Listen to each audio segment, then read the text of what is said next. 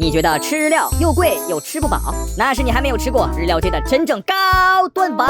炸美食怀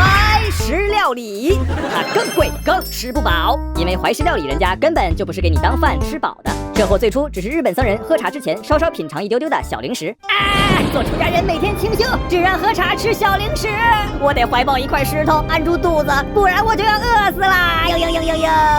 所以叫做怀石料理。这种说法连日本人都信，但也太没文化了。其实当年老子的《道德经》里说，圣人身穿粗布，却怀抱宝玉，而日本僧人认为茶道就是这样朴实无华，但暗藏玄机，于是把茶道前的小配菜就称为怀石料理。小配菜这个量自然是不敢奢求，所以当你下定决心要吃一次怀石料理，请一定要做好心理准备，并且先来一顿拉面吃饱。当你看到这顿可能占了你旅行经费一半的怀石料理，菜量居然还可以小成这个样子，不要慌，不要生气，要表现得非常见过世面的样子，然后拿出手机发一组完美的朋友圈。我是不白痴，我真是太有文化了。